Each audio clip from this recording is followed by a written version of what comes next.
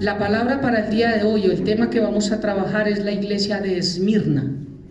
La iglesia de Esmirna es la segunda iglesia que nos muestra el libro de Apocalipsis. Rápidamente vimos la iglesia de Efesos, la de Éfeso, llamada Efesios. Se le llaman Efesios a los que se congregaban en Éfeso. Fue desde la resurrección de Cristo Jesús, el Pentecostés, cuando se derrama el Espíritu Santo, los empodera a los apóstoles y parten, hasta la muerte del último apóstol, que es Juan, en el año 100 aproximadamente después de Cristo.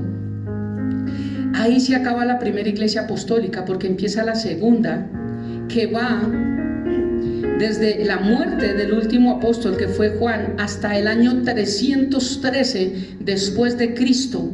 Esta iglesia se llama la iglesia perseguida, olor grato a los mártires, sufrimiento de la tribulación. ¿Por qué frenan el 313? Porque llega un emperador llamado Constantino, un emperador romano. El problema siempre ha sido con Roma, con R. No entiendo. El mundo nos muestra que siempre el imperio romano ha venido a matar, a hacer todo eso, y todavía nosotros decimos: es que yo soy tú y romano. Gracias a Dios soy colombiano. El imperio romano empieza, les voy a mostrar, una persecución de muerte a todos los cristianos. Inclusive el imperio romano fue el que mata a todos los apóstoles, perseguido por el imperio romano. La política con la religión tienen que estar separadas, no tienen que estar ligadas. Son dos cosas totalmente diferentes. Y aquí este doctor Constantino, emperador de Roma, se declaró cristiano. Nunca fue cristiano, se declaró cristiano, fue Crispeto. Y él fue el que frenó las persecuciones que hubo de muerte hacia los cristianos en el año 313. Por eso esa fecha es inolvidable y Dios es excelente, porque los deja en la historia. Entonces, cuando ustedes quieren buscar, van y buscan acerca del edicto de Milán, año 313. Ahí se acaba, porque ya dejan de perseguir a los cristianos de esa forma. ¿Por qué? Porque la iglesia se acomoda. ¿A usted no le gusta tal cosa? Bueno, ahora vamos a hacer así en la iglesia, que es la tercera iglesia que vamos a ver. Por eso ya no persiguen cristianos. Pero esta segunda iglesia fue perseguida, y es una de las dos iglesias de las 7 que Dios no les manda arrepentirse.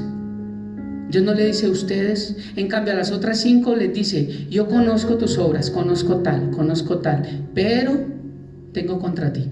A la primera le dijo: tengo contra ti que has dejado tu primer amor. ¿Se acuerdan?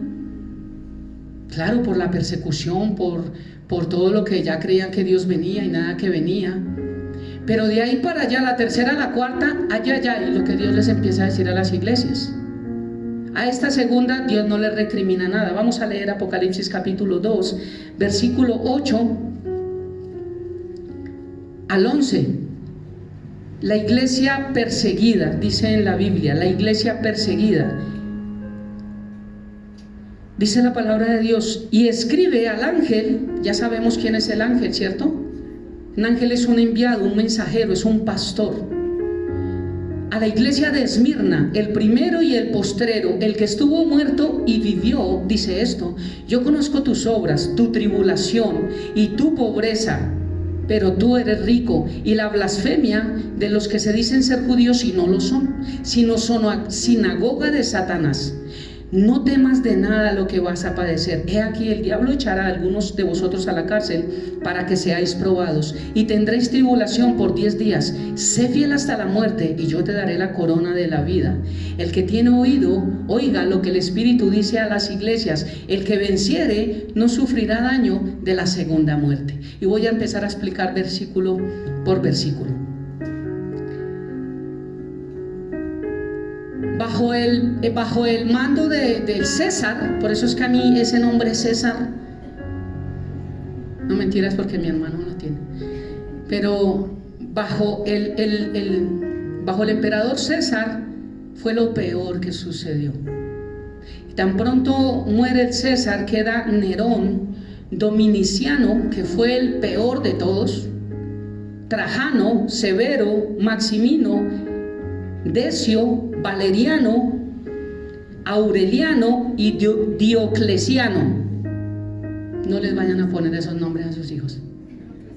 Todos estos fueron los que siguieron la persecución uno tras otro durante estos 213 años aproximadamente. Salía un gobernante y venía el otro con las mismas leyes y peores, persiguiendo a todos los cristianos. Constantino frenó las persecuciones, pero él nunca fue cristiano, nunca fue una conveniencia para él. Entonces empezamos a leer acá los versículos para poder entender un poquitico. Y escribe al ángel de la iglesia de Esmirna. ¿Qué es Esmirna? El nombre Esmirna significa mirra. Mirra. Esta mirra es una hierba que se machaca para poder extraer su aroma. Esta mirra se usaba para poder envolver a los muertos. No es como ahora la ciencia que hay formol, ¿no? Para el olor. Entonces se utilizaba la mirra para envolver los muertos y que ellos no olieran tan desagradable, ¿no? Pero también se utilizaba la mirra como un tranquilizante, como un analgésico, como no había anestesia en ese tiempo, ¿no? Entonces se utilizaba como un analgésico también la mirra. Entonces vemos Mateo capítulo 2 versículo 11 para dar unos ejemplos. Dice: y al entrar en la casa vieron al niño con su madre María y postrándose lo adoraron y abrieron sus tesoros, le ofrecieron presentes, oro, incienso y mirra. ¿Qué significaba esto? Yo lo expliqué en un devocional, tienen que buscarlo. Pero rápidamente el oro, estaban reconociendo que Dios, Él era Dios, divinidad. Incienso, que se llegaba al Padre solo por Él a través de las oraciones. Recuerdan que incienso es oración. Y mirra, reconocían que Él iba a morir por nosotros, por eso les ofrecieron mirra, para que se la pusieran en su cuerpo después de su muerte. Tremendos reyes magos, ¿no? Ellos mismos dijeron: tú eres Dios, solo tú eres intermediario, 1 Timoteo 2:5, y eres hombre y vas a morir. Y a veces decimos: le dieron oro, incienso y mirra, ya, punto. Eso no nos lo enseñan en la iglesia tradicional. Primero, no fueron 3 reyes, no fueron 3. Segundo, no fueron reyes. Tercero, tampoco eran magos. ¿Quién inventó eso? La iglesia tradicional. ¿Quién le puso los nombres a los reyes magos? La iglesia tradicional. La Biblia no enseña nada de eso. Pero decimos que era Beltasar, Melchor, Beltasar y los 3. Eso es falso, la Biblia no nos enseña eso. Lo que sí se les llama a ellos es los reyes del oriente. Bueno, pero entro aquí, no tengo hoy mucho tiempo, entonces no puedo hablar de eso. Pero aquí estamos hablando cómo ellos le ofrecen mirra. ¿Por qué? Porque sabían que Cristo iba a morir. Hasta ahí vamos bien, ¿cierto? Marcos capítulo 15, versículo 23 dice: y le dieron a beber una mezcla, vino mezclado con mirra, mas él no lo tomó. Jesús, cuando estaba en la cruz, los soldados le dieron vinagre con mirra. ¿Para qué? Para que suavizara su dolor de agonía que tenía en la cruz, tranquilizarlo, anestesiarlo. Pero Jesús dijo: no, yo tengo que sufrir hasta el último momento y derramar la última gota, porque ese fue el propósito con mi Padre y con el Espíritu Santo, para darle salvación a los que creen, no a todo el mundo. Es que todo el mundo. Estaba escuchando, me enviaron una cuestión ahí, como un anuncio, no sé qué, y sale alguien diciendo: todos somos hijos de Dios. Sabes que Dios tiene un propósito para todos, porque en cualquier lugar que te encuentres Dios está contigo y Dios te ama y no sé qué, porque por todos. No, yo dije: cristianos viendo eso. Dios no murió por todos. Dios murió por los que sabía que le íbamos a aceptar como Señor y Salvador, porque Él lo sabe todo. Eso es la predestinación. Y es que nos han hecho creer que todos somos hijos de Dios y todos no somos hijos de Dios. ¿Qué hago yo con Mario? Lo que pasa es que él está teniendo lagunas donde se le está olvidando las cosas, y a veces le dicen: es que usted hizo, y él no se acuerda. Por eso es que lo tienen que que operar, porque el médico dijo que si no lo operaban, pues el problema es un derrame. Entonces por eso es la cirugía pronta. O sea, no, yo por eso dije, no es una uña encarnada, es una cirugía delicada. ¿Qué hice yo con Mario? Si él no se acuerda que aceptó a Cristo, yo quiero que hoy se acuerde que aceptó a Cristo, porque le tiene que hacer mamola al diablo. Y tal vez yo no me acordaba, pero hoy me acuerdo y me voy con la convicción que Cristo entró en mi vida y que hoy nací de nuevo. Entonces él como hijo dice: Señor, creo en tu sanidad. ¿Se dan cuenta? Porque para mí lo más importante, primero es tu salvación, Mario, y después lo demás viene por añadidura, tu sanidad, ¿cierto? Eso es lo más importante. Por eso lo hice de esa forma. El Señor dijo: no, yo no quiero vino con mirra, no la quiso beber. Estoy dando ejemplos de qué significa la mirra. Juan 19:39. También Nicodemo, el que antes había visitado a Jesús de noche, vino trayendo un compuesto de mirra y de aloes, como 100 libras. Cuando iban a embalsamar a Jesús, cuando iban a poner sus mantas, lo envolvieron con mirra para el olor. Entonces ya quedamos claro qué significa mirra, ¿cierto? Mirra significa olor grato de los mártires, los sufrientes de la tribulación. Lo que vivieron no fue cualquier cosa. Esta iglesia, del año 100 al año 313 después de Cristo. Dice, lo que significa acá, yo puse algo acá que es muy bonito. Mirra Esmirna es la iglesia que necesita ser ungida para poderse enfrentar a la muerte. ¿Sí se dan cuenta de lo que significa Esmirna? Una iglesia que necesitaba ser ungida por Dios, darle fuerzas, fortaleza, porque sabía que iban a morir. Esta es una iglesia que no se echó para atrás. Esta es una iglesia que no dijo: yo sí soy cristiano, no soy cristiano, yo soy cristiano, yo no. Y yo dije: yo soy cristiano. Cristiano, le mocho la cabeza, soy cristiano, pum, móchesela.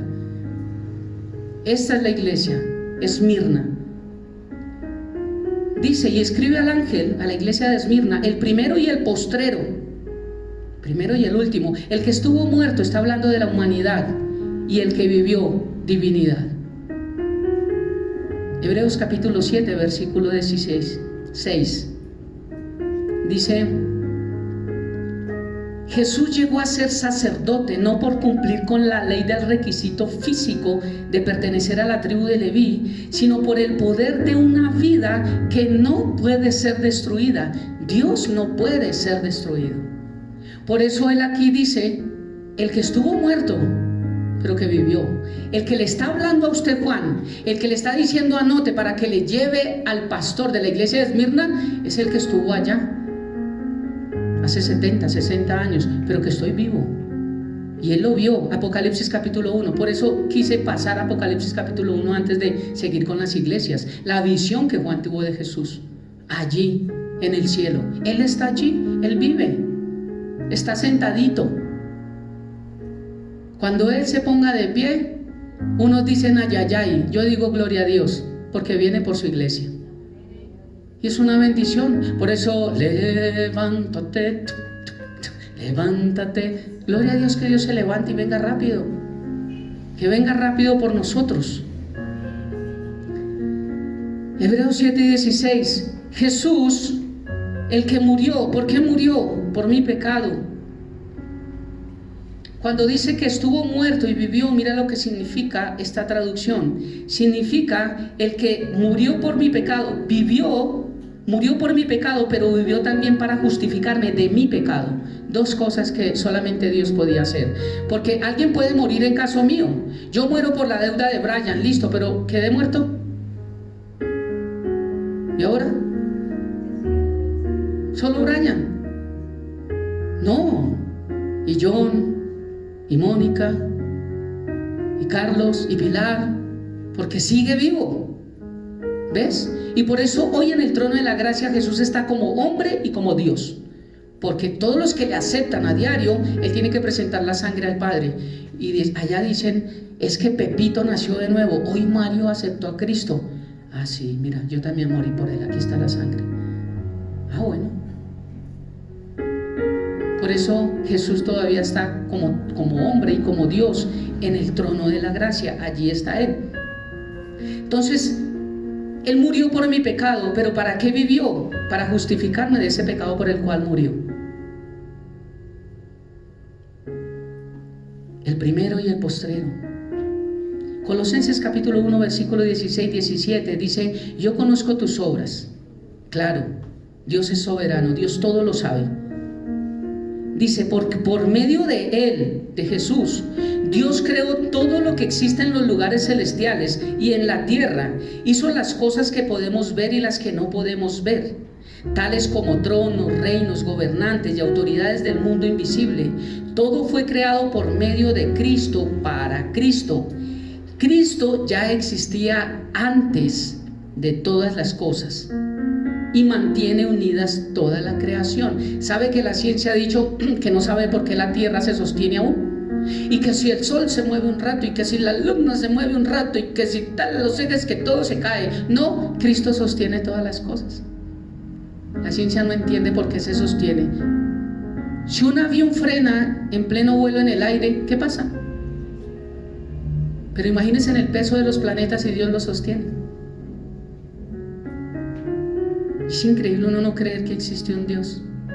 Dice la Biblia que los cielos cuentan la gloria de Dios. Los cielos hablan y no tienen boca, y hablan. Estoy versículo por versículo. Escribe al ángel de la iglesia de Esmirna, el primero y el postrero. Él es soberano. El que estuvo muerto, humanidad, vivió, divinidad. Yo conozco tus obras. Estoy mostrando la soberanidad de Dios y que Dios todo lo sabe. Pero dice, y tu tribulación. 3 cosas que Dios le dice a esta iglesia que conoce. Dice, yo conozco lo que tú haces, conozco lo que sufres y conozco la pobreza que tienes. 3 cosas. Esta iglesia, hay 2 palabras en el griego para pobreza, que es tochea y peneia. Tochea significa escasez total. Total. Peneia significa estar muy bajo de recursos, tener algo. La palabra que está acá para pobreza es tochea. Ellos no tenían nada, de nada. Eran pobres. 3 cosas que dice que los conoce. Yo los conozco, lo que ustedes hacen. A todas las iglesias le dice, yo conozco tus obras. Claro, Dios sabe todo lo que hacemos. Todo, hasta los pensamientos los conoce Dios. Tu tribulación, lo que sufres. Juan 16:33. Tribulación es una palabra en el griego que significa tilipsis. Tilipsis significa presiones de diversas circunstancias. Tilipsis, tribulación. Dice, estas cosas os he hablado para que en mí tengáis paz. La gente quiere tener paz con mirra, con analgésicos, con anestésicos. No se consigue la paz así. Estas cosas os he hablado para que tengan paz, pero en medio está la palabra en mí. O sea que si no estamos en Cristo, no hay paz. Hay tranquilidad por momentos, pero no hay verdadera paz. El Señor dijo, yo no la doy como el mundo la da, porque el mundo siempre quiere falsear todo lo de Dios. Si Dios da paz, el mundo da paz. Si Dios da gozo, el mundo da felicidad. Gozo nunca podrá dar. Todo lo que Dios ofrece, el diablo lo adultera para que parezca igual. El becerrito, para que no parezca un toro. El sexo es bueno, pero el diablo lo tergiversó. La música es buena, pero el diablo la tergiversó. ¿Ves? Porque él quiere copiar todo. El Satanás también tiene Trinidad. ¿Sabían que el anticristo también va a morir y va a resucitar como Jesús? Él imita todo. Todo lo imita. Pero no es el tema del cachudo. Estas cosas os he hablado para que en mí tengan paz. En el mundo tendréis aflicción. Es que yo llegué a Cristo y solo problemas. El Señor, ¿dónde está diciendo que vienen los problemas? En el mundo. O sea, mientras más vivimos en el mundo, más aflicción hay. Pero dice, en mí. ¿Sí me estoy dando a entender? En Cristo, mundo, aflicción, paz. Que cuando nosotros llegamos a Cristo somos probados en algunas áreas. Satanás nos tienta también. Para saber dónde estamos parados, sí. Pero que yo vivo 20 años en tribulación, no. Es mi vida la que quiere seguir siendo atribulada.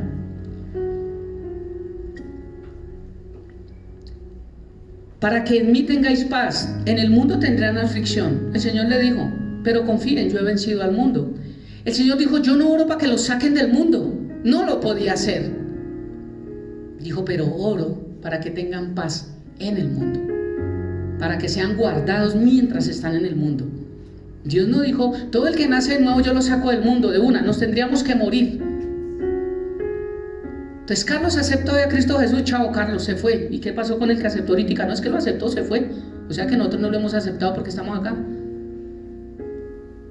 No, el Señor dijo, yo no los puedo sacar del mundo, tienen que seguir en el mundo, pero no teman, yo he vencido el mundo y les daré herramientas.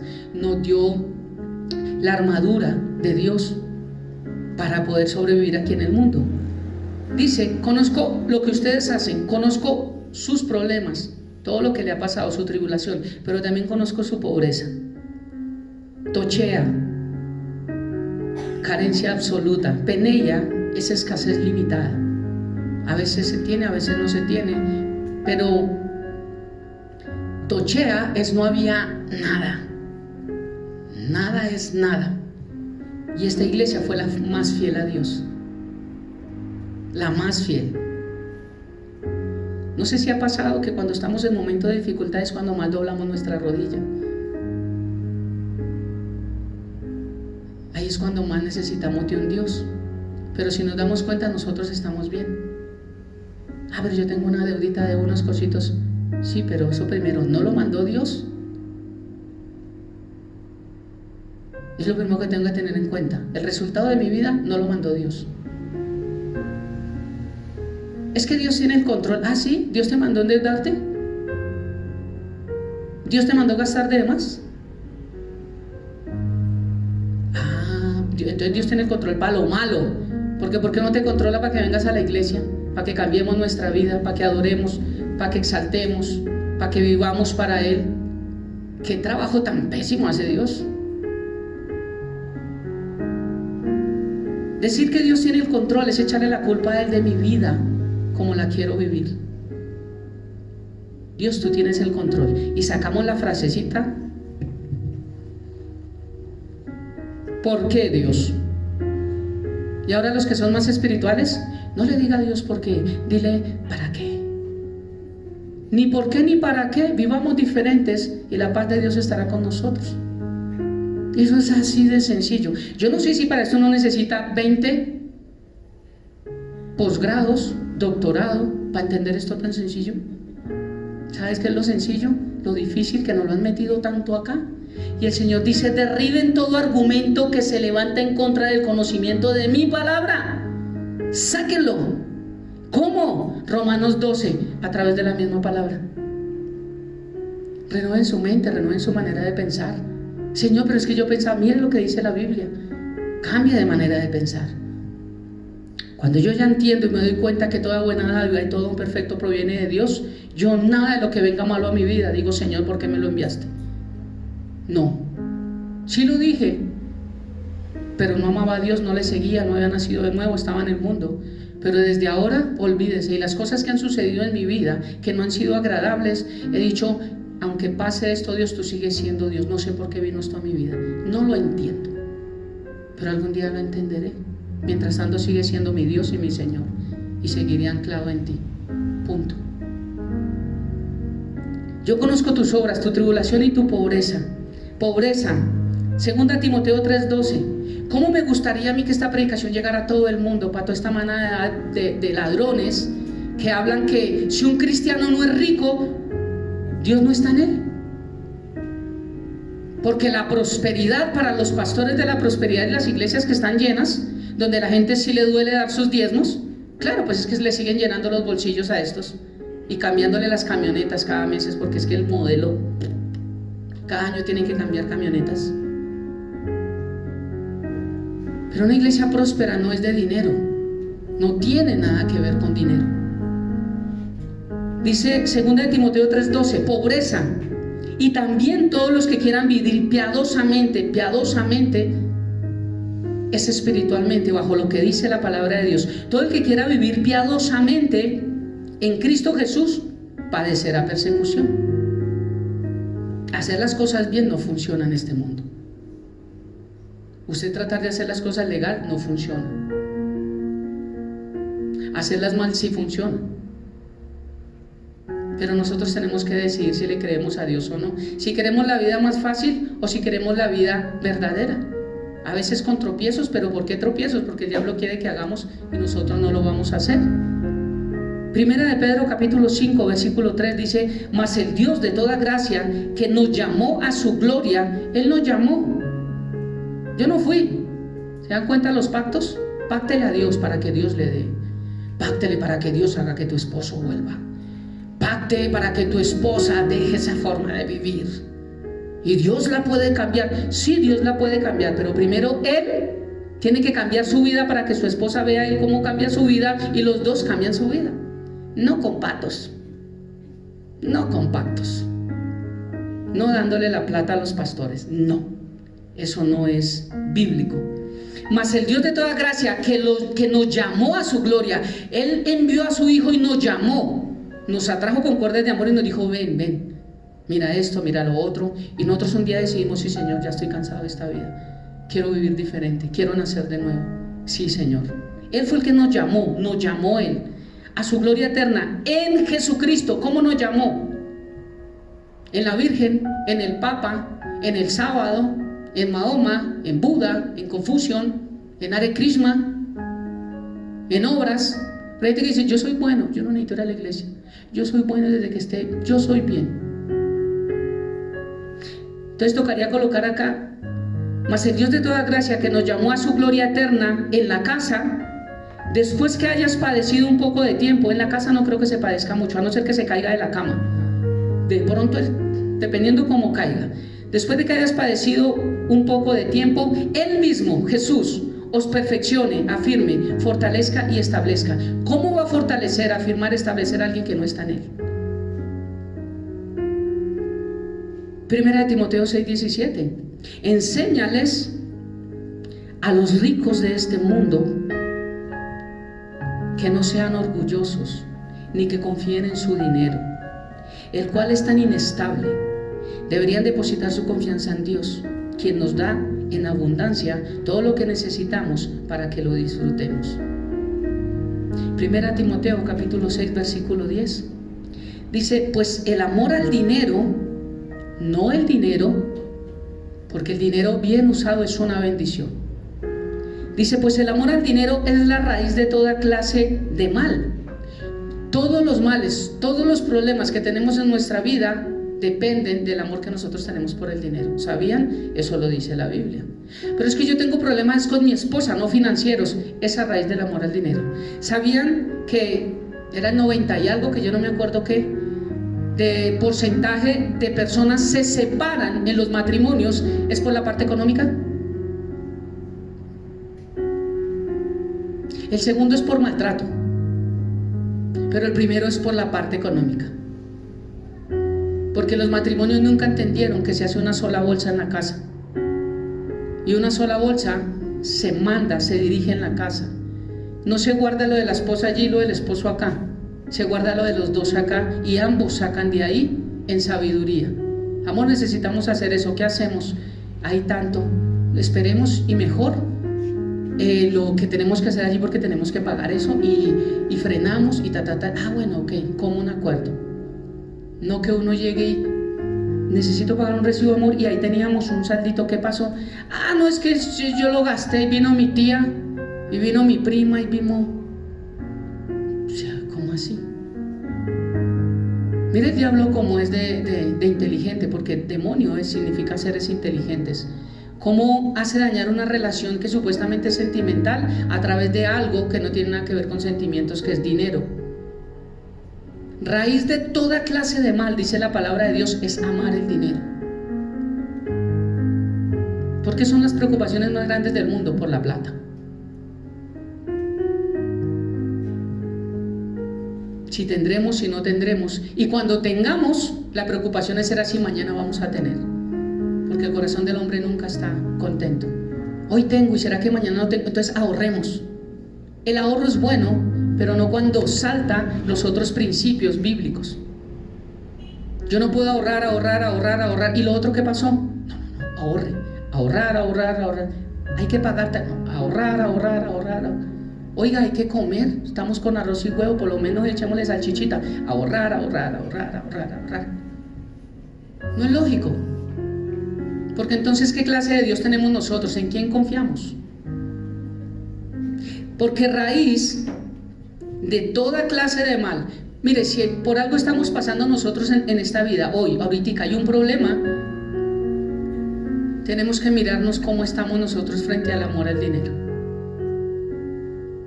Y yo no estoy hablando aquí como los pastores de que despréndanse para que den en la iglesia, y no sé qué, si sé cuándo, pero miren cómo están manejando sus finanzas, cómo las están manejando. El pueblo de Israel dijo a Dios no, pero a Aarón le mandó todo el oro, le dijo, tome, haga un becerrito, porque Moisés se quedó, tremendo líder Aarón. Déjeme ser líder. Que no, hermano, porque es que Dios no me dirigió. Ay, usted, ¿por qué no sé qué? Murmuración, viene un problema, Dios tiene que traer ahí la solución. Divide, dices que es a través de Moisés que quiero hablar, no a través de Aarón. Bueno, Señor, ya lo entendí. Llegan allá al monte, se suben a las tablas y empiezan todo. Moisés se quedó. Ese Moisés, sí, es que la verdad yo sí vi a Moisés como flojo. Es que ese liderazgo de él, sí. Yo sí las predicaciones de la verdad que yo dudaba yo. O sea, a toda esa manada de tramposos que predican mentiras, no los juzgan. Pero a personas que predican limpiamente, sí están mirando como... Es que la chaqueta estaba como muy abierta. Y el negro con ese no le combinaba. Estaba hablando como duro. Otros dicen, estaba hablando como pasito, yo no le entendí. Había mucha luz. Es que era mejor el otro salón. No estaba haciendo mucha calor, yo tenía sueño. Estaba haciendo un frío, yo estaba engarrotado, por eso me paraba al baño. Mucho, ¿cómo los tenemos contentos? Lo mismo que pasó aquí con Moisés. Solo a través de Moisés habla. Y el doctor tiene la oportunidad de ser un líder en la iglesia, Aarón. Y cuando le dicen 2, 3 cosas, él dice, listo, traigan todo, papá, y hacemos aquí una orgía. Porque el nombre original de fiestas es orgía. Por eso cuando baja Moisés, él rompe las tablas de la ira. Después les explico eso, porque hay 2. Las primeras se rompieron y porque tuvo que ir por otras tablas. Todo tiene un significado en la Biblia.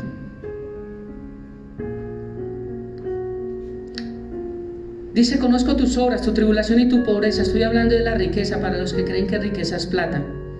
La raíz de toda clase de mal. Y algunas personas, no dice todas, ojo, algunas, en su intenso deseo por el dinero, se han desviado de la fe verdadera. Y se han causado muchas heridas dolorosas. Les doy un ejemplo, para no hablar de nadie en las iglesias. Había una persona que tenía todas las riquezas que usted puede ver, y seguía a Jesús, y era buen hijo, era buen amigo, era buen hermano, era bueno él para todo. Pero un día en la iglesia le dijeron, ¿qué tal si tú te desprendes de todas las riquezas y las ofrendas para una obra de una iglesia que realmente hagan para los pobres, para las viudas, para los niños con cáncer, para algo? Y sigamos trabajando en la iglesia, vamos, pero despréndete de lo material. Y él dijo, no me estoy inventando nada, está en la Biblia. El rico, Señor, te amo, te seguiré, te serviré, te adoro, pochocho. Bueno, ¿cómo estás con los mandamientos? Pregunte, como el chino que le preguntan las tablas. Ya me las sé. Pregunte. Y le empieza a nombrar los mandamientos que tenían que ver con relación con los demás, no los verticales con Dios. El Señor es. Y le dijo, entonces, ¿cómo estás tal? ¿Cómo estás? Bien. Entonces solamente te hace falta una cosa. Vende todo lo que tiene, dalo a los pobres y sígueme. Plop. Tenía todos sus mandamientos así, obras, religión, que creen que si se portan bien van para el cielo. Pero aquí en su relación con Dios no tenían nada. nada. Vende todo lo que tienes. Y dice la palabra que el triste, volteando, se fue. ¿Qué prefirió él? Su platica. Entonces no le estoy hablando de alguien que me estoy inventando, sino alguien que está aquí en la palabra de Dios.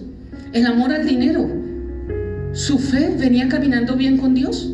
Tal vez le hubiera dicho sí, Señor. Tal vez el Señor le hubiera dicho mentiras. Estaba probando tu corazón. Camine porque necesitamos la plática también para... ¿Sí o no? ¿Qué le dijo el Señor a Abraham? Mate a su hijo. ¿Cómo Dios manda a matar un hijo? Dios es malo. Cuando Él hacía así, dice no lo hagas. Ya vi que dentro de tu corazón Él ya había muerto para ti. No lo hagas, desátalo y llévalo. Entonces tal vez también lo estaba probando. Venda todo lo que tiene, déselo a los pobres y empiece a caminar conmigo. Él decía que creía en Jesús. ¿Crea que yo le puedo dar la provisión de aquí para allá? Uy, no, Señor.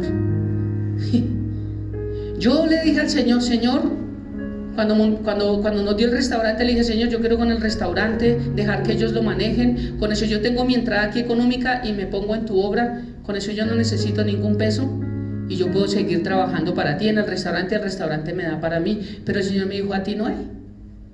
Porque vino la pandemia, entregué el restaurante, me quedé sin nada. Pero aunque me quedé sin nada, me quedé con todo. Porque el Señor también me dijo, pues deje lo que tiene y sígame. Y me tocó tomar una decisión y decir, sí, le creo a Dios. Y seguir, y aquí no le estoy diciendo pacte. Ni le estoy diciendo, si usted no diezma, no entra a la iglesia. Si usted no diezma, pierde su salvación. No, tranquilo, no la pierde. Pierdes bendición, pero no su salvación. Aquí no los vamos a engañar con mentiras que no son.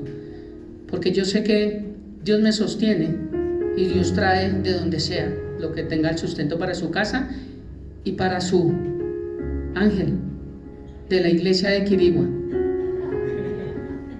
Es que no les conté, son 8 iglesias. Después le digo. Yo conozco tus obras y tu pobreza. Filipenses capítulo 4, versículo 12. Sé vivir con casi nada, dijo Pablo, o con todo lo necesario. He aprendido el secreto. Es un secreto aprender a vivir en circunstancias difíciles, porque vivir en circunstancias favorables no es un secreto. Eso es un gusto, un deleite, un placer, chaocho. Cuando sobra la plata, eso es sabroso. Cuando la plata está escasa, hay un secreto, dice la palabra de Dios. Aprendan el secreto. Pablo dijo, yo he aprendido a estar contento, sea cual sea la situación. Hay un secreto. ¿Cuál es el secreto?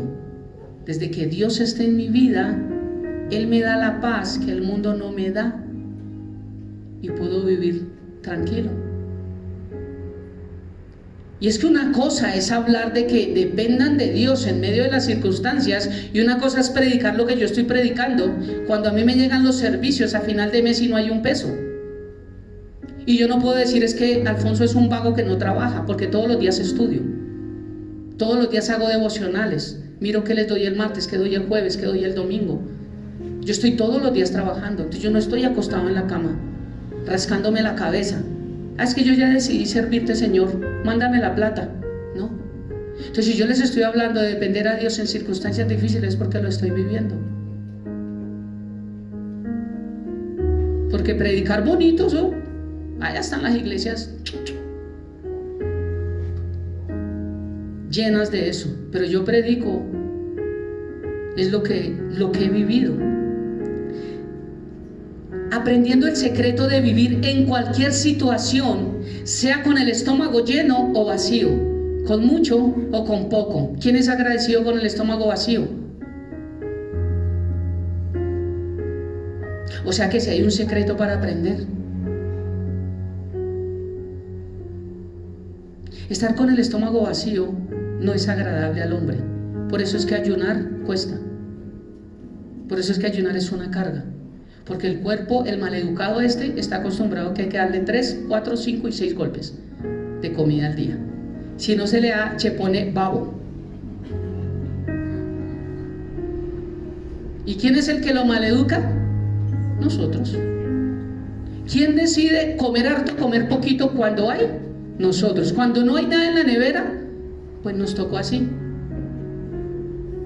Pero ¿quién decide nosotros? Dios tiene el control, claro. Entonces, ¿Dios hace que una persona esté pesando 400 kilos? ¿Sí? ¿Ya vieron ustedes kilos mortales? Yo veo eso. No miren noticias. Veo esas cosas y Dios me habla a través de eso. Y mire el diablo cómo los engaña. Comida, comida, comida, comida. ¿Por qué? Porque Dios quiere dañar la verdadera identidad de los hijos de Dios. Dios quiere avergonzar su creación. Entonces Dios fue el que le dio toda la comida para que pesara 400 kilos. ¿A ti? Re malo Dios, porque a unos están aguantando hambre y están muriendo de desnutrición, pero a otros les están butiendo comida hasta 400 y 500 kilos. ¿Qué control tiene Dios? Tremendo Dios.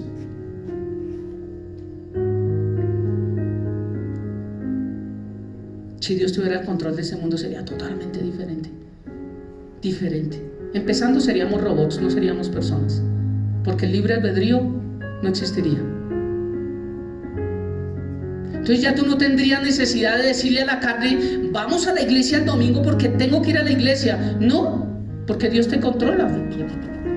Sí, baño, ropa, ni siquiera decides qué te vas a poner porque Dios tiene el control. Te pones la ropa, ahí sí llegaríamos todos temprano a la iglesia. Porque si Dios es puntual. Dios tiene el control. No tenía control. El control es para manipular. En la casa, ¿quién maneja el control entre el hombre y la mujer? En mi casa, mi esposa. Dios también maneja el control del televisor. Dios decide qué ves en el televisor y qué no ves en el televisor. Ojo con lo que hablamos. No podemos repetir lo mismo que todos han dicho. Tú tienes el control. Gloria a Dios, aleluya, amén. Las iglesias también se han enseñado a decir amén y no saben por qué dicen amén. Y a todos le dicen amén. Entonces cuando viene alguien, porque no soy el único, hay muchas personas que predican esto, la gente dice, me voy de esa iglesia, ese pastor está loco. ¿Cómo va a decir que yo, Chuchito, no tiene el control? Chuchito. Pues porque Chuchito no tiene el control. Mi rey, mi señor no tiene el control.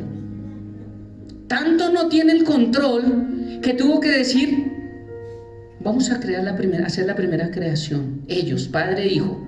Dijo, entonces hagamos. Padre, ellos van a fallar, sí, yo lo sé. Pero en esta segunda creación las cosas van a ser distintas, sí.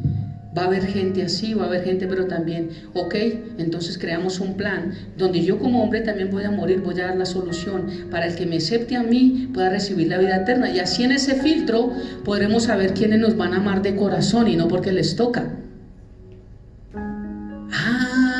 Claro, entonces empieza el Señor a hacer el tiempo cronológico. En el principio creó Dios los cielos, ese es el tiempo cronológico. Y termina en Apocalipsis capítulo 22, se acabará el tiempo un día, viviremos en la eternidad. Entonces si tiene el control, ¿a qué vino a morir en la cruz si nos controla?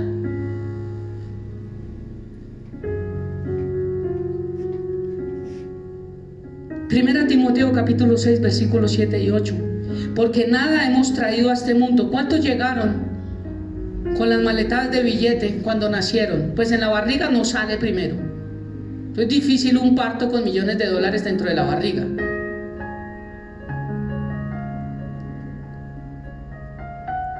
Sin nada hemos venido. Cuando salimos, mire, ni ropa sacamos del vientre de la mamá. ¿O vestidos de qué veníamos? De linfa, que es el tejido que nos bota la mamá y el líquido para cubrirnos, para protegernos. No teníamos nada, ni el cordón umbilical. Nos dijo el médico, eso no es suyo, moche. Hasta el cordón umbilical no lo quitaron, no, moche. Sin nada, porque nada hemos traído a este mundo y sin nada podemos sacar. Así que teniendo sustento y abrigo, estemos contentos con esto. ¿Cuánto nos cuesta esto? Sustento y abrigo. No veo a nadie aquí desnudo. como dicen algunos, en pelota. Nadie está acá, no estamos tipo Adán y Eva. Todos tenemos ropita. Antes estamos, yo sé que me quito esto del calor, ¿cierto? Tenemos ropita. Y creo que todos ahorita al ir a la casa tenemos un techo. Y creo que por lo menos hoy, es que yo soy más exagerado, creo que por lo menos hoy tendremos arroz con huevo para comer. El que no levante la mano y seguro que yo lo invito a comer. Allá, listo. Que no tiene nada que comer. Usted es caso esencial. Pero todos nosotros estemos contentos con nuestra vida el día de hoy, como estamos hoy, con lo que tenemos hoy. Dice mi pastor, ¿cuál es la diferencia entre dos personas que quieren conducir un Renault 4 y el otro un Mercedes? Él dice, el orgullo. Porque el carro le sirve para lo mismo. Yo les he querido cambiar mi moto a Jonah, a Brian, nadie quiere cambiarla, porque su corazón está enredado ahí. Aman más los deleites de su moto, en vez de decirle a su pastor, toma, lo entrego, y yo le dejo mi motico. Pero no, suelta eso, hermano. Que Dios tenga piedad de ti, misericordia. De ti también, porque tampoco quieres soltar la moto. Estemos contentos con eso. Para todos los que hoy quieren gastarme empanada, por ejemplo, yo contento con eso. Es que mira, si no era para comer hoy hay empanadita, para tintico, todo chavocho. Contentos. El mañana no nos pertenece. Por eso el hoy se llama presente, un regalo, presente, un detalle, una dádiva. Mañana, presente. Pasado mañana, presente. Hoy, vivimos el hoy. ¿Se acuerdan la palabra fanéis en el devocional? O sea, que nuestra mente no esté ocupada en una cosa y en otra. Que no se distraigan como María, afanada y turbada. Eso es afanar. No es que usted no, bueno, y mañana qué hacemos para la agenda. No sé, la Biblia dice no se afane. No. Sé diligente, pero no dividas tu mente en algo que no necesitas ahorita, sino en lo que necesitas hoy. Diligencia, pero no afanarnos. Aprendemos en el secreto. Hebreos capítulo 13, versículo 15 dice, no amen el dinero. No dice no tengan dinero. En las iglesias predican no tengan dinero, traigan el dinero. O sea, ténganlo, no lo amen. No amen el dinero, estén contentos con lo que tienen, pues Dios ha dicho, Alfonso ha dicho, Dios ha dicho, nunca te fallaré, jamás te abandonaré. Y sabes, Dios nunca lo ha hecho conmigo. Y en las pocas veces que ha pasado como el chavo que se chispoteó, me he dado cuenta es porque yo no he caminado con Dios en fidelidad. No es que el Dios haya faltado a su palabra. Es que creemos que aunque nosotros fuésemos infieles, Dios permanece fiel para contigo, hermano. No importa. Dios es fiel. No, dígale que es fiel a la palabra de Dios, no a nosotros. Él es fiel a su palabra, a sus principios, no a nosotros. Porque como esto enseñan en las iglesias, por eso es que nos pasa algo malo, pues Dios no es fiel. Yo pensé que Dios me iba a guardar, yo pensé que por eso hay oraciones que no tienen respuesta. Dios no elige a quién darle la respuesta a las oraciones. Dios elige primero la fe y segundo ver quién camina en fidelidad a su palabra. Eso es totalmente diferente. Segunda carta a los Corintios, capítulo 8, versículo 9. Dice, ustedes conocen la gracia generosa de nuestro Señor Jesucristo. Aunque era rico, ¿cómo que era? Es que Él se despojó de su divinidad. La parte espiritual es la riqueza más grande que tenemos. Y Él se despojó de ella por amor a nosotros. Aunque era rico, por amor a ustedes se hizo pobre, para que mediante su pobreza pudiera hacerlos ricos. Mediante su humanidad y su muerte nosotros podamos tener una vida eterna espiritual. ¿Podemos entender? Pero los pastores predican, el Señor no dio plata para que usted dé plata. Siempre, pacte, haga sus votos. No. El dinero como siervo es una excelente bendición, como siervo cuando tú lo manejas. Pero como amo, cuando el dinero te maneja a ti, es un problema para tu vida. Romanos capítulo 8, versículo 28 y 29, dice: conozco tu pobreza, pero entre paréntesis dice: pero tú eres rico, y la blasfemia de los que se dicen ser judíos y no lo son, sino sinagogas de Satanás. Voy a explicar esto, Romanos 8, 28, 29. Los que dicen ser judíos, pues no es un verdadero judío solo por haber nacido de padres judíos ni por haber pasado por la ceremonia de la circuncisión. Mis hijos no son salvos porque yo soy salvo. Mis hijos tampoco son pastores porque yo soy pastor. ¿Quién dijo eso? Increíble cómo está el mundo, Dios mío, cómo han metido herejías y todo. Y el hijo tiene 5 años de patochito. ¿Qué va a ser el pastor? No, de pronto no va a ser pastor. De pronto va a ser un mecánico. Pero siendo mecánico, hará todo como para el Señor y será un ejemplo. Y eso no significa que sea menos por no ser pastor. Significa que no tenía el llamado de Dios. Pero como los nicolaitas,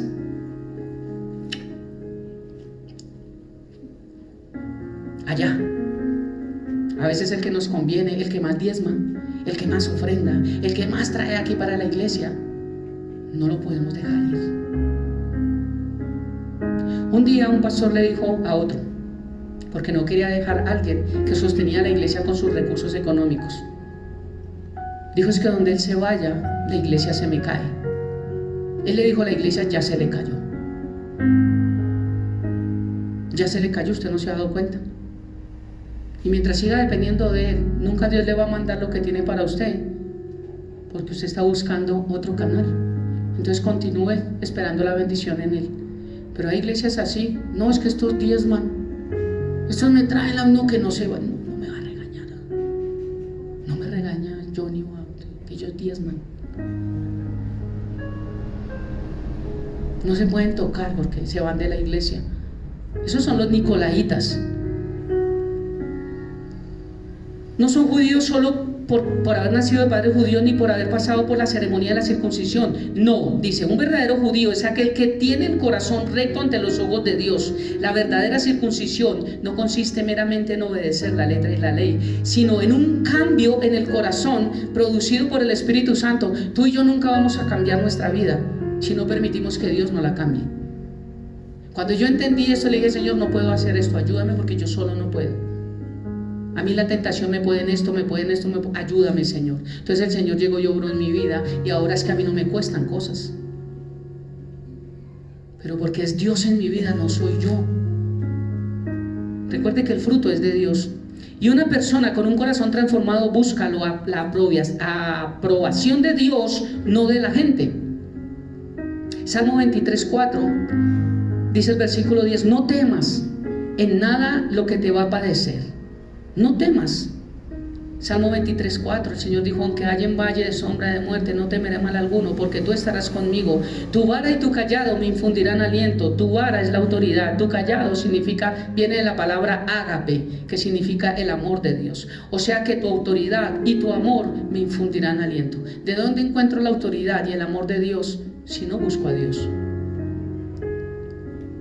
Juan capítulo 10, versículo 10, dice el versículo 10: he aquí, el diablo echará a alguno de vosotros a la cárcel. El Señor dijo: yo los voy a echar a la cárcel para que sufran por mí, porque es que como se predica que es que Dios permite o manda la tribulación para formar el carácter de los hijos de Dios.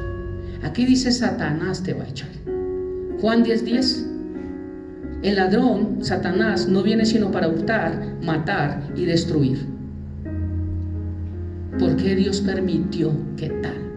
¿Por qué Dios tal? Mire lo que dice la Biblia: porque quien hizo eso fue Satanás. El ladrón no viene sino para hurtar, matar y destruir. Yo he venido para que tengan vida y para que la tengan en abundancia. Primera carta de Juan capítulo 5 versículo 4 dice: el diablo os echará a algunos de vosotros a la cárcel para que seáis probados, y tendréis tribulación por 10 días. no alcanzó a explicar esta parte, porque no son 10 días de tribulación. Significa que fueron 10 días fuertes dentro de todos los años que fueron apresados grandemente, 10 días más fuertes. Pero no quiere decir que 10 días de cárcel. Ellos sufrieron cárcel todos los años, todos esos años. Sé fiel hasta la muerte y yo te daré la corona de la vida. El que tiene oído, oiga lo que el Espíritu dice a la iglesia. El que venciere. ¿Quién es el que venciere? Primera de Juan 5:4. Dice, pues todo hijo de Dios vence este mundo de maldad y logramos esa victoria por medio de nuestra fe, o sea, por medio de Cristo. Solo tú y yo no vamos a lograr nada. Está diciendo que todo hijo de Dios vence este mundo de la maldad y logramos esa victoria por medio de, hay un mediador. Es que necesito trabajo, pase la hoja de vida. Sí, ¿a dónde? Vaya a tal lado y diga que va de parte mía. Eso es un mediador. Por medio de, Primera de Timoteo 2:5 dice, porque hay un solo Dios y un solo mediador entre Dios y los hombres, Jesucristo, hombre, el reconciliador. Apocalipsis capítulo 20, versículo 14 nos muestra cuál es la segunda muerte, de la cual no puede el diablo tocarnos a nosotros. La segunda muerte dice, y la muerte y el Hades fueron lanzados al lago de fuego. Esta es la muerte segunda. Allí ya no hay vuelta atrás. Me han preguntado, ¿y si uno muere ya no puede hacer nada para ser salvo? No. La primera muerte es la física. Esa, el diablo tal vez podrá hacer cosas para que eso suceda. Pero la segunda muerte no tiene poder. Como esta persona que estaba llena de plata y dijo, ¿qué hago con tanto? No sé qué hacer ahora. Tengo mi casa y mis carros y ya no sé ni en qué gastar. La casa está como fea. Tumbemos la casa, Ofe, vamos a tumbarla. ¿Para qué? Es que no sé ni qué hacer con la plata. Bueno, túmbela. La tumban otra vez, la quieren edificar porque la quieren hacer más bonita. Y el Señor le llama a él necio. Le dice, esta noche vendrán a pedir tu alma. Y lo que has acumulado, ¿de qué te sirve?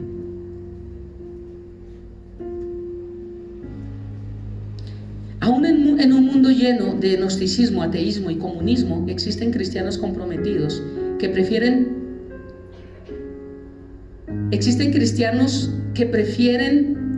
no perder o perder su propia vida y no negociar sus principios por un plato de lentejas. Hay muchos cristianos negociando su fe por un plato de lentejas, por un beneficio que dé el gobierno, por un beneficio que dé la alcaldía, por un beneficio que dé alguien. No importa. Dios entiende. Ah, sí. Dios sí tiene que entender. Nosotros no podemos entender que no podemos negociar nuestros principios bajo nadie. Les voy a contar algo y esto lo habló mi pastor, por eso lo puedo hablar. La Iglesia del Pacto tiene un colegio de niños sin recursos que solamente tienen una comida allá, solo una comidita. Y los niños se van, aquí está mi hermana que no estoy hablando, fue profesora de allá, ¿cierto? Y ellos muchas veces se van el viernes con esa comida y el lunes la primera comidita que encuentran, ¿cuál es? La del colegio. Por eso honro a mi pastor por el corazón que ha tenido, realmente de ser un verdadero pastor. Y cada peso que ha llegado de administrarlo como lo tiene que administrar. Y de hecho, plata suya la ha metido ahí. Pues este colegio tiene 3 meses. O le quitan la licencia de funcionamiento si no implementa ya cartillas de sexo libre a los niños por el nuevo gobierno.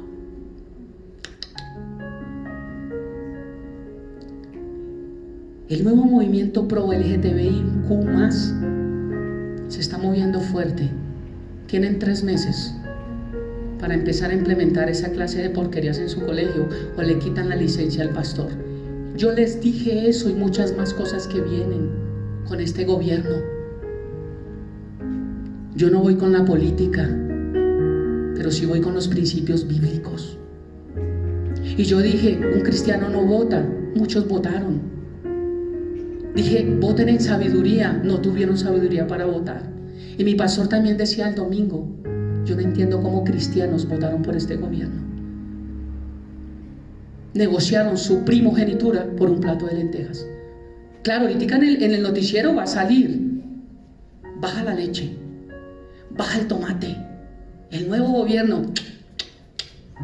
Pero nuestros hijos, que los eduque el LGTBI. Ojo con tú decirle a la niña que ella es niña, porque ya es un problema en que tú te metes. Ya el gobierno se metió. Entonces, si la niña más adelante quiere decir que yo soy una mesa, o soy un ella, no soy ella ni él, entonces tú respetas o te meten a la cárcel a ti. Porque de ahora en adelante no van a mandar ustedes papitos, va a mandar es el gobierno en nuestras vidas, porque ya se les permitió eso. Entró con fuerza, claro. En la nueva reforma tributaria también está que las iglesias van a tener que pagar impuesto adicionalmente del IVA. Gloria a Dios por este nuevo gobierno. Gloria a Dios. Y entre más cosas que vienen, licencia de funcionamiento, 3 meses tiene el pastor Andrés en el colegio Potosí, o les van a cerrar el colegio. No sé qué va a hacer mi pastor, pero tienen que enseñarle a los niños que se pueden acostar con niñas, niños, caballos, gatos, perros, como sea, o tendrán que cerrar el colegio y dejar que los eduque otro colegio. No sé qué decisión va a tomar, que Dios les dé sabiduría. Pero estamos en un mundo picho y muchos cristianos estamos ayudando a que sea piche en vez de ser luz. Termino con esto, con la iglesia de Esmirna. Éfeso fue quemado en el año 262 después de Cristo. Hoy es Turquía. Solo quedan ruinas de la primera iglesia. Su pastor fue Timoteo. Recuerde que la iglesia de Cristo fue Jacobo, pero en la de Éfeso fue Timoteo. Fundada por Pablo en el tercer viaje misionero, esto está en Hechos 19. Recibe 10 alabanzas y una exhortación, pero tengo contra ti. La de Esmirna era una ciudad quemada por el César. Anualmente debían quemar incienso en el nombre de César y por ello recibían un certificado con beneficios. ¿No se parece al de las vacunas? El que tenía el certificado de que le quemaba incienso al César tenía beneficios por 1 año. El que no, no. ¿Quién sapeaba? Los judíos. Los falsos judíos tenían al tanto al gobierno del César para que fuesen perseguidos. César comienza entonces persecuciones sanguinarias en contra de todo aquel que no proclamara que César era el Señor. ¿Qué dice la Biblia? Que Jesús es el Señor. Pero él decía que ellos tenían que decir César es el Señor. Y el que no proclamaba que César era el Señor, muerto. ¿Cómo será si a nosotros nos pusieran, me incluyo yo, y dijeran, ¿usted tiene su fe intacta todavía o le vuelo la cabeza? Para pensar, ¿cierto? Imagínate esta gente.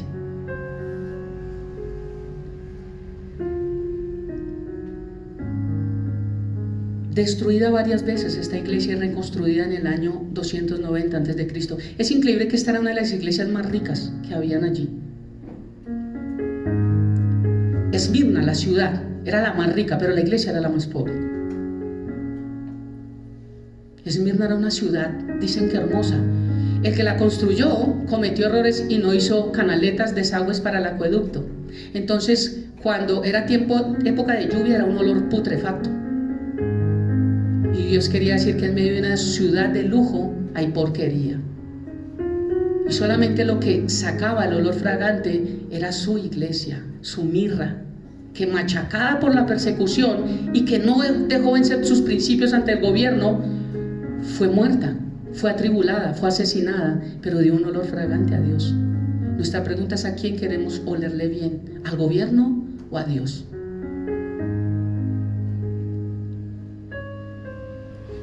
Fue para este entonces la ciudad más hermosa. Su pastor, Policarpo, asesinado en el año 155 después de Cristo a los 86 años de edad. Cuenta la historia que se unieron los paganos y el gobierno de ese entonces para decidir cómo matarlo o quemarlo o echarlo a los leones, y decidieron finalmente quemarlo. ¿Para qué?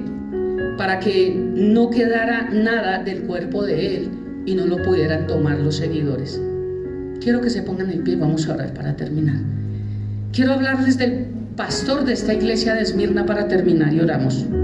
De este gran pastor que hoy no existe, murió, partió hace muchos años, pero qué gran ejemplo que dejó Policarpo y qué gran ejemplo que dejó a su iglesia, porque los que él pastoreó, ninguno se echaron para atrás. Todos dijeron: si Policarpo muere por amor a Cristo, yo también voy a morir por amor a Cristo. y les voy a leer una carta que él dejó. Dice: era momento de los juegos públicos, la ciudad estaba llena y las multitudes estaban emocionadas. Se oye entonces un grito: busquen a Policarpo, traidor. Él pudo escapar, Policarpo, pero Dios ya le había mostrado que iba a morir.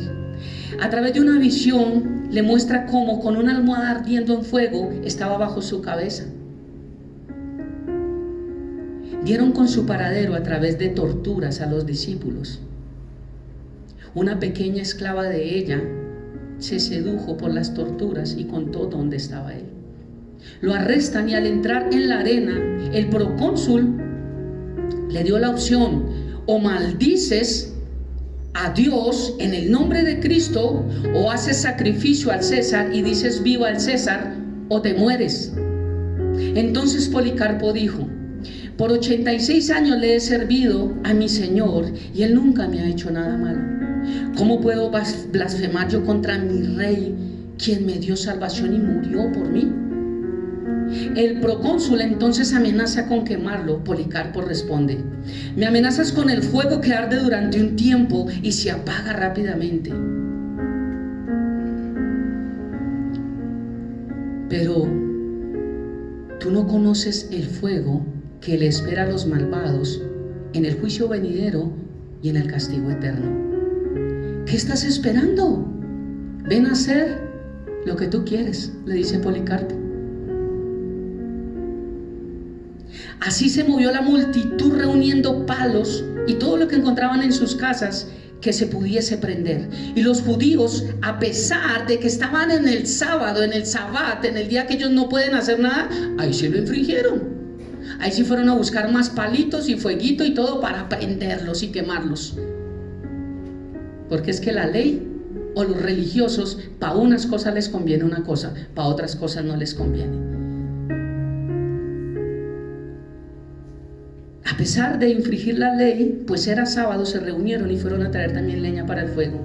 Iban a amarrarlo en una estaca para que él no saliera corriendo y se dejara quemar, porque tenían que amarrarlos para que sufrieran. Pero Policarpo le dice: déjame como estoy. El que me da poder para soportar el fuego me va a conceder también permanecer inmóvil ante las llamas, incluso sin la seguridad que da el amarre que ustedes quieren tener. Así lo dejaron suelto entre las llamas y murió por Cristo, quemado vivo.